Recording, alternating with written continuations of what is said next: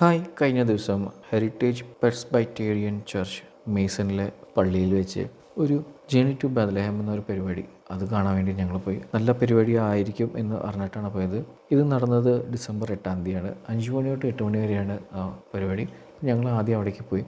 പോകുമ്പോൾ നമ്മൾ ആദ്യം എൻ്റർ ചെയ്തപ്പോൾ നമുക്കൊരു ജേണി ടു ബെത്ലഹേം എന്നൊരു നമ്മുടെ ഡീറ്റെയിൽസൊക്കെ കളക്ട് ചെയ്ത് നമുക്കൊരു പാസ്പോർട്ടൊക്കെ തന്നു. അതിനുശേഷം അകത്തേക്ക് കയറി ആദ്യം തന്നെ ഒരു വെയിറ്റിംഗ് റൂമാണ്. വെയിറ്റിംഗ് റൂമിൽ നമുക്ക് ഈ ബെത്ലഹേം റിലേറ്റഡ് ആയിട്ടുള്ള എല്ലാ കാര്യങ്ങളും അവിടെ ചെയ്യുന്നുണ്ട്. അവിടുത്തെ കോസ്റ്റ്യൂം ഇട്ട് നമുക്ക് വേണമെങ്കിൽ ഫോട്ടോസ് എടുക്കാം. അവിടെ ഫുഡ്, ആ സമയത്തുണ്ടായിരുന്ന ഡ്രൈ ഫ്രൂട്ട്സ്, തുണി നെയ്യുന്നത് എങ്ങനെയാണെന്നും കൊട്ട നെയ്യുന്നത് എങ്ങനെയാണെന്നും കലം ഉണ്ടാക്കുന്ന പോട്ടറിയും മരപ്പണികളൊക്കെ എങ്ങനെ ചെയ്തതെന്നും അങ്ങനെയൊക്കെ കാര്യങ്ങളൊക്കെ കാണിക്കുന്നതും നമുക്ക് ട്രൈ ഔട്ട് ചെയ്ത് നോക്കാനും കുറേ ക്രാഫ്റ്റ് വർക്കുകൾ ചെയ്യാനും നമുക്ക് അവിടെ സാധിച്ചു. കുറച്ച് നേരം അങ്ങനെ ഞങ്ങൾ വെയിറ്റ് ചെയ്തതിന് ശേഷമാണ് അവർ പറയുന്നത് ജേണി ടു ബെത്ലഹേം സ്റ്റാർട്ട് ചെയ്യുകയാണെന്ന് പറഞ്ഞിട്ട്. അപ്പോൾ അവിടുത്തെ വോളണ്ടിയേഴ്സ് എല്ലാവരും ബെത്ലഹേമിലുള്ള കോസ്റ്റ്യൂം ഡ്രസ്സൊക്കെ ഇട്ടിട്ടാണ് നിൽക്കുന്നത്. ഇപ്പോൾ 2 ആട്ടിടയന്മാർ വരുന്നു.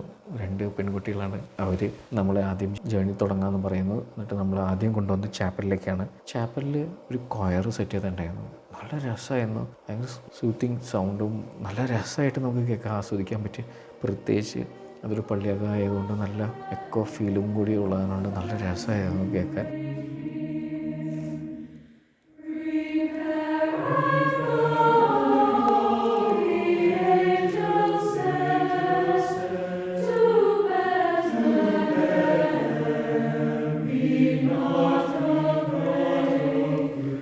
അത് കേട്ടതിന് ശേഷം പിന്നെ ഞങ്ങൾ മുന്നോട്ട് പോയത് ഒരു പപ്പറ്റ് ഷോ. പപ്പറ്റ് ഷോയിൽ ശരിക്കും പറഞ്ഞു കഴിഞ്ഞാൽ ഡോങ്കി മാതാവിനെ താങ്ങി ബെത്ലഹേമിലേക്ക് കൊണ്ടുപോയ ആ ഡോങ്കിയുടെ പെർസ്പെക്റ്റീവിലുള്ള ഒരു പപ്പറ്റ് ഷോ ആണ്.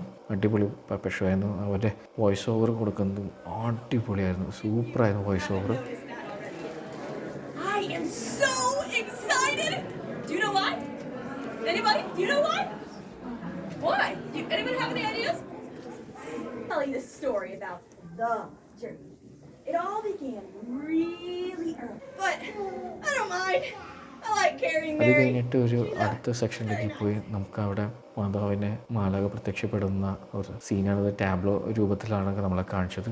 അത് അടിപൊളിയായിരുന്നു. അതിനുശേഷം നെക്സ്റ്റ് സെക്ഷൻ എന്ന് പറഞ്ഞു കഴിഞ്ഞാൽ ആ സമയത്ത് നമ്മൾ ബെത്ലഹേമിൽ കണക്കെടുപ്പിൻ്റെ സമയമായിരുന്നു. അപ്പോൾ എല്ലാവരും യാത്ര ചെയ്ത് കൊണ്ടിരിക്കുന്ന സമയമാണ്. അപ്പോൾ ഒറ്റ ഇന്നിലും ഹോട്ടലിലും ലോഡ്ജിലും ഒന്നും സ്ഥലം കിട്ടിയില്ല ഔസേപ്പിനെ മാതാവിനുമായിട്ട്. അതിനുശേഷം അവർ ഒരു പുൽത്തൊഴുത്തിലാണ് അവർക്ക് സ്ഥലം കിട്ടുന്നത്.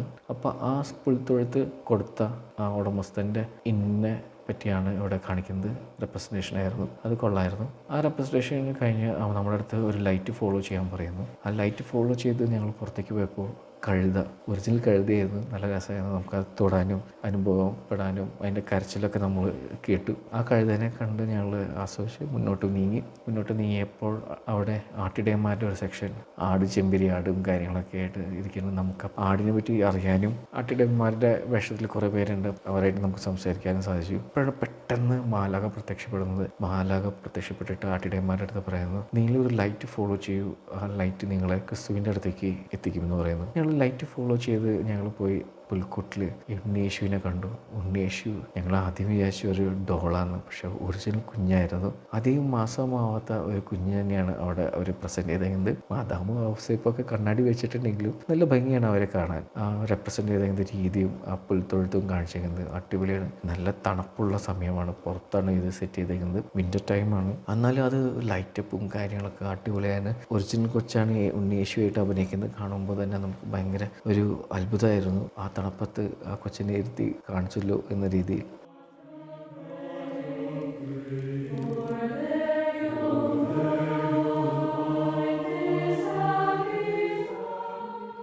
അത് കഴിഞ്ഞ് നേരെ ഞങ്ങൾ കൊണ്ടുപോയത് 3 രാജാക്കന്മാർ വരുന്നുണ്ട് ഉണ്ണീഷിനെ കാണാൻ. ആ രാജാക്കന്മാരായിട്ടുള്ള ഒരു കോൺവെർസേഷൻ. ആ 3 രാജാക്കന്മാർ ആ സമയത്തുള്ള സിറ്റുവേഷനൊക്കെ എക്സ്പ്ലെയിൻ ചെയ്യുന്നത് നമുക്ക് അവരുടെ അടുത്ത് ചോദിക്കാം എന്താ നടന്നതെന്നും.